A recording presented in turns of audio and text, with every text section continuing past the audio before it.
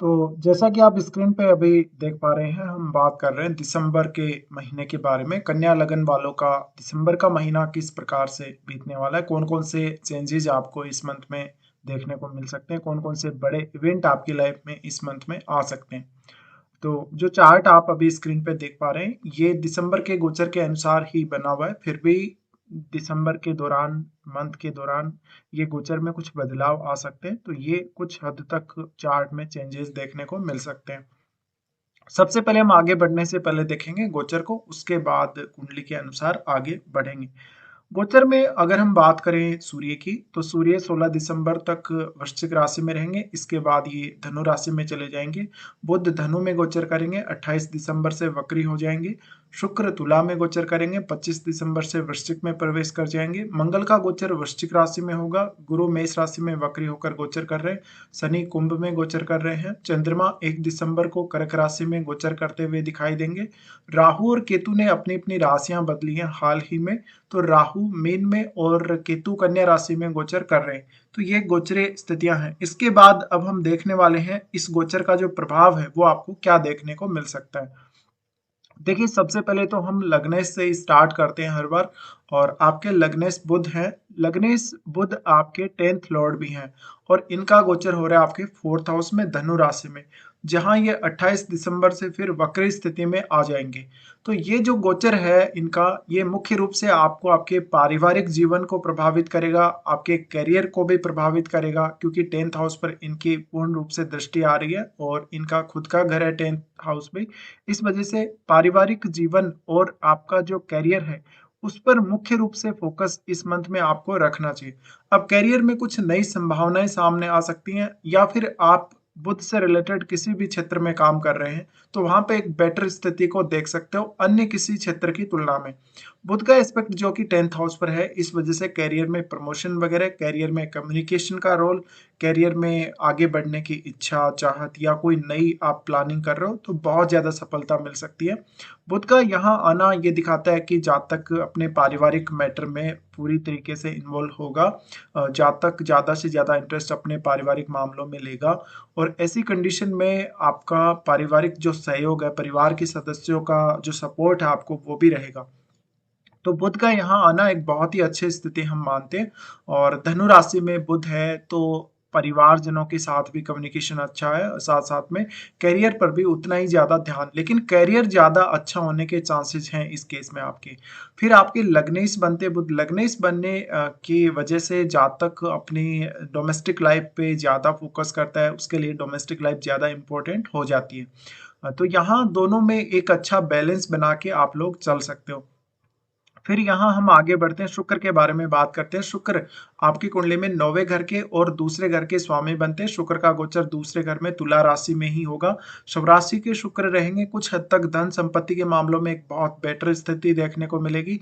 जहां आपको चंद्रमा स्टार्टिंग में आपके लाभ स्थान में अपनी स्वराशि में देखने को मिलेंगे, वहीं सेकंड हाउस के लॉर्ड शुक्र भी अपनी स्वराशि में गोचर करेंगे। तो इस मंथ में बहुत सारे पैसा आने के चांसेस बनेंगे, धन आने के चांसेस बनेंगे। जहां जहां आपका पैसा अटका पड़ा है वहां से, या फिर आपकी सैलरी अटकी पड़ी है वहां से कुछ धन मिलने के चांसेस हैं। शुक्र का यहाँ आना आपके लिए कुछ क्रिएटिव चीजों को दिखाता है, क्रिएटिव इंटरेस्ट दिखाता है। शुक्र यहाँ है तो समझ लो वाणी के द्वारा एक अच्छा क्रिएटिव सेंस आप क्रिएट कर सकते हो, क्रिएटिव इफेक्ट डाल सकते हो। साथ ही साथ परिवार के साथ समय बिताने के लिए मिलेगा, परिवार के साथ समय को एंजॉय कर पाओगे। शुक्र का यहाँ आना धन संपत्ति या लग्जरी के केस में भी काफी अच्छा साबित होगा।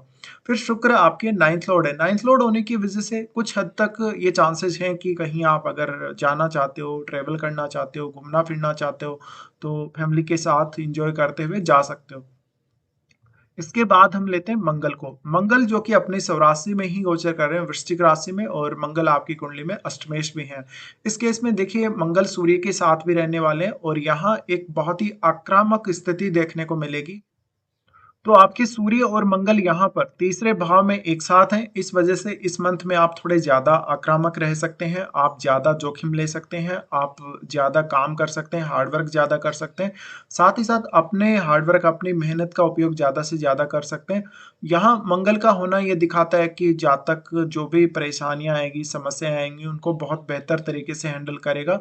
इसके अलावा देखा जाए तो मंगल यहाँ पर है, आपको किसी भी प्रकार की समस्या परेशानी से उबारेगा। कुछ हद तक आपके भाई बहनों, पड़ोसी, रिश्तेदारों के साथ ये स्थिति उतनी अच्छी साबित नहीं होगी, मतभेद हो सकते हैं। इवन पिता के साथ भी आपके मतभेद होने के पूरे पूरे चांसेस बनते हैं। इसके अलावा कोई लीगल मैटर में आप फंस सकते हो, आपका लीगल मैटर आपके भाइयों के साथ है, पिता के साथ है, तो वहां पे थोड़ा ज्यादा कॉन्शियस रहने की जरूरत है। इसके अलावा मंगल है वो आपका अष्टमेश में है, अष्टमेश होने की वजह से जीवन साथी की जो फैमिली है उनके साथ भी थोड़ा बहुत मतभेद देखने को मिल सकता है। हालांकि जीवन साथी की जो फैमिली है वो आपके लिए सपोर्टिव रहेगी। यहाँ पे अब हम आगे बढ़ जाते हैं और देखते हैं अगले गोचर को। यहाँ पे अगर आप देखोगे तो गुरु के गोचर की अब बात करते हैं। गुरु का गोचर जो कि मेष राशि में हो रहा है, गुरु अभी वक्री होकर गोचर कर रहे हैं और गुरु सप्तमेश भी हैं। इस केस में गुरु का यहाँ वक्री होना ये दिखाता है कि जातक ज्यादा इंटरेस्ट लेगा अकल्ट में, आध्यात्मिक क्षेत्र में। साथ ही साथ गुरु का यहाँ होना ये दिखाता है कि जातक थोड़ा मिस्टीरियस होगा अपनी फैमिली से जुड़े हुए कार्यों में। साथ ही साथ ये वैवाहिक जीवन को लेकर थोड़ी ज्यादा समस्या को शो करता है, और क्योंकि फिर राहु का गोचर भी आपके 7th हाउस में हो रहा है, तो वैवाहिक स्थिति उतनी अच्छी नहीं दिखती। अगर इस दौरान आपको मैरिज का चांस आता है, मैरिज करने का मौका मिलता है, तो जीवन साथी का उतना सपोर्ट आपके लिए नहीं रहेगा, इवन जीवन साथी आपको धोखा ही देगा। यहाँ पे गुरु का जो ट्रांजिट है वो आपका 8th हाउस में है।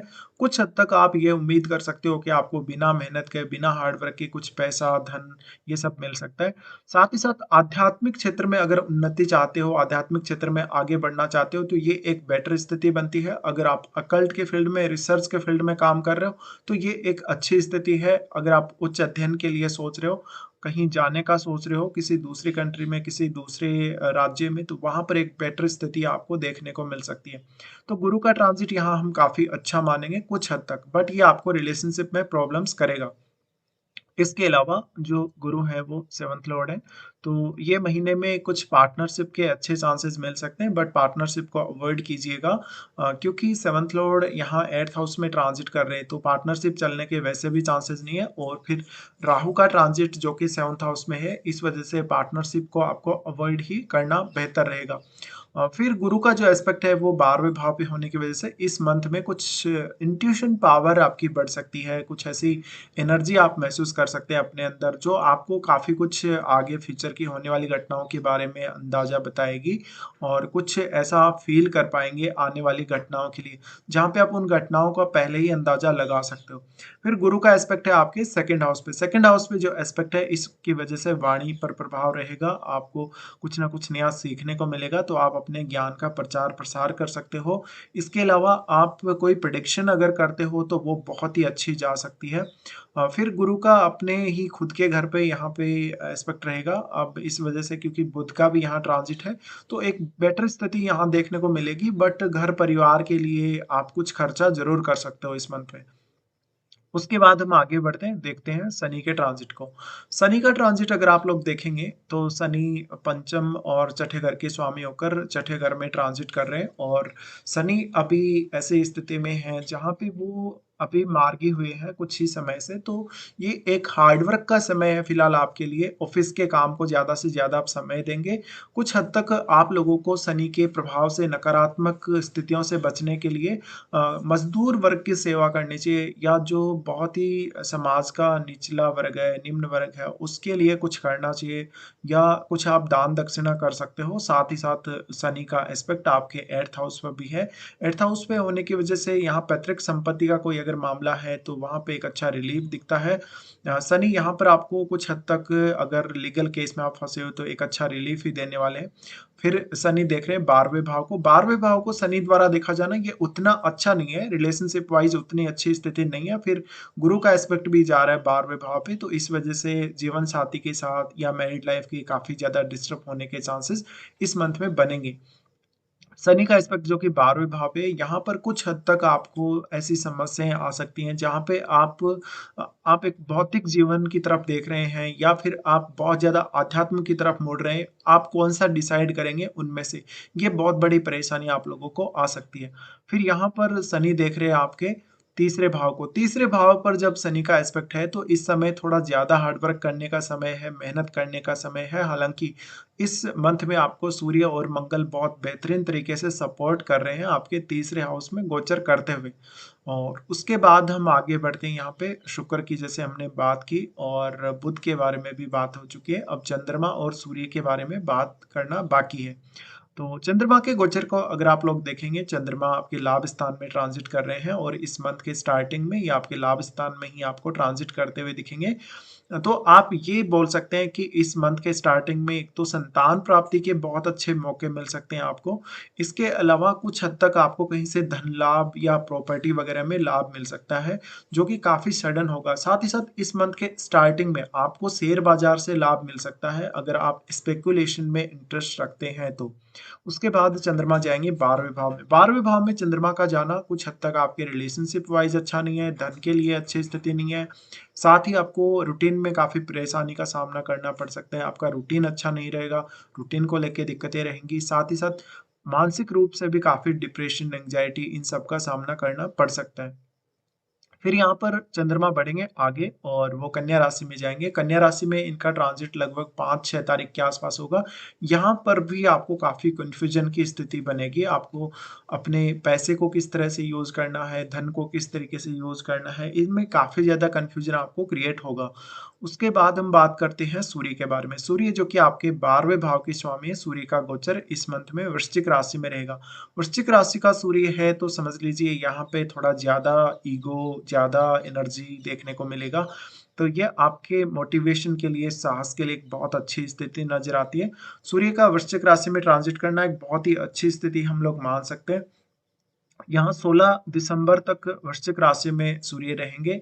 इसके बाद ये धनु राशि में चले जाएँगे। सूर्य यहाँ पर जब तक हैं तब तक आपको थोड़ा-सा पिता और भाई-बहनों के साथ मतभेद ना हो, इसका सावधानी रखनी है। इसके अलावा ज़्यादा से ज़्यादा हार्ड वर्क करना है, मेहनत करना है और आपको अपने आप को अपडेटेड रखना है। कुछ हद तक हेल्थ के मामले में भी एक अच्छी स्थिति बनती है। जब भी ऐसी स्थिति हो तो जातक बहुत ही साहसिक निर्णय लेता है, बहुत ही सोच समझ कर और तेज़ी से आगे बढ़ता है। तो यहाँ पे हम ये मान सकते हैं सूर्य और मंगल दोनों का ही जो ट्रांज़िट है काफ़ी अच्छा आपको सपोर्टिव रहेगा। फिर सूर्य का ट्रांज़िट होगा 4th हाउस में। 4th हाउस में धनु राशि में सूर्य आएँगे 16 दिसंबर के बाद इनका ये ट्रांज़िट रहेगा। तो इस केस में बहुत ही अच्छी स्थिति बनेगी। करियर में आपको कुछ अच्छी अपॉर्च्युनिटी मिल सकती है, जहाँ आप करियर की संभावनाएँ विदेश में तलाश रहे हैं, तो एक बहुत बेटर संभावना देखने को मिल सकती है। साथ ही सूर्य के धनु राशि में आने के बाद करियर में कोई बड़ा चेंज भी देखने को मिल सकता है। जैसे मान लीजिए आपने कोई विदेश यात्रा के लिए कोशिश किया, आपका मान लीजिए फॉरेन में कोई जॉब का ऑफर है और आप वहाँ जाना चाहते हैं, फॉरेन में सेटल भी होना चाहते हैं, तो अभी आप विचार कर सकते हैं। इस मंथ में काफ़ी अच्छा मौका आपके लिए रहेगा। साथ ही साथ अगर विदेश से कोई ऐसा ऑफर आपको मिलता है तो आपको एक्सेप्ट करना चाहिए। सारी वस्तु स्थिति को जानकर, समझकर उसके बाद आपको निर्णय लेना चाहिए। बट हम ओवरऑल भी अगर देखेंगे तो करियर में एक चेंज नज़र आता है और यहाँ फिर सूर्य और बुध की युति भी बनेगी जो आपके लिए काफ़ी फ़ेवरेबल है। तो ये कुछ ट्रांज़िट के रिज़ल्ट रहेंगे। अब हम केतु और राहु के गोचर को भी देख लेते हैं। केतु जो कि आपके लगन में गोचर कर रहे हैं। अब केतु ने हाल ही में अपना राशि परिवर्तन किया है, तो इस केस में थोड़ा-सा आपको सावधान रहने की ज़रूरत है।